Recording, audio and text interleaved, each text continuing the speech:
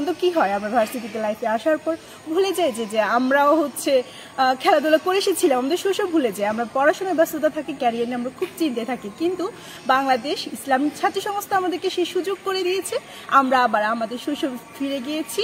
আমাদের সিনিয়র জুনিয়রদের মধ্যে যে বন্ডিং সেটা হচ্ছে আরও বেড়ে গিয়েছে খেলার উদ্যোগে।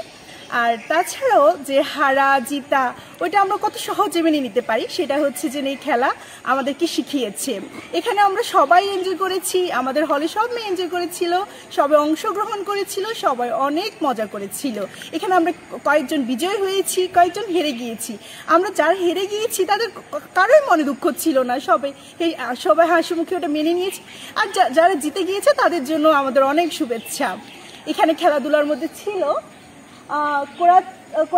কোরাত কম্পিটিশন ছিল, পিলো পাসিং ছিল, আইকিউ টেস্ট ছিল, পট ব্রেকিং ছিল, নিডেল এন্ড থ্রেড ছিল। আর এটাতে আমরা সবাই অংশগ্রহণ করেছিলাম, আর খুব সুন্দর খেলা ছিল। আর ধন্যবাদ আবার বাংলাদেশ ইসলামী ছাত্রী সংস্থাকে।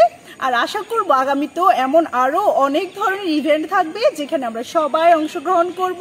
কিছু সময়ের জন্য আমাদের হচ্ছে একাডেমিক যে ব্যস্ততা, একাডেমিক যে প্রেশার, ওখান থেকে বেরিয়ে আসবো, আর আমরা আমাদের শৈশবে ফিরে যাব, আমাদের লাইফটাকে আরেকটু এনজয় করব।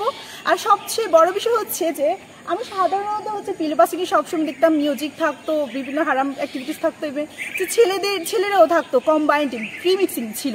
কিন্তু বাংলাদেশ ইসলাম ছাত্র সংস্থার উদ্যোগে যে আয়োজনটা হয়েছিল সেখানে কোনো হারাম কিছু ছিল না, ফ্রি মিক্সিং ছিল না, কোনো মিউজিক ছিল না। আমরা সবাই সাবলীলভাবে অংশগ্রহণ করেছি এবং সাবলীলভাবে হচ্ছে যে আমরা খেলতে পেরেছি। আপনি কোন খেলায় অংশগ্রহণ করেছেন কিনা?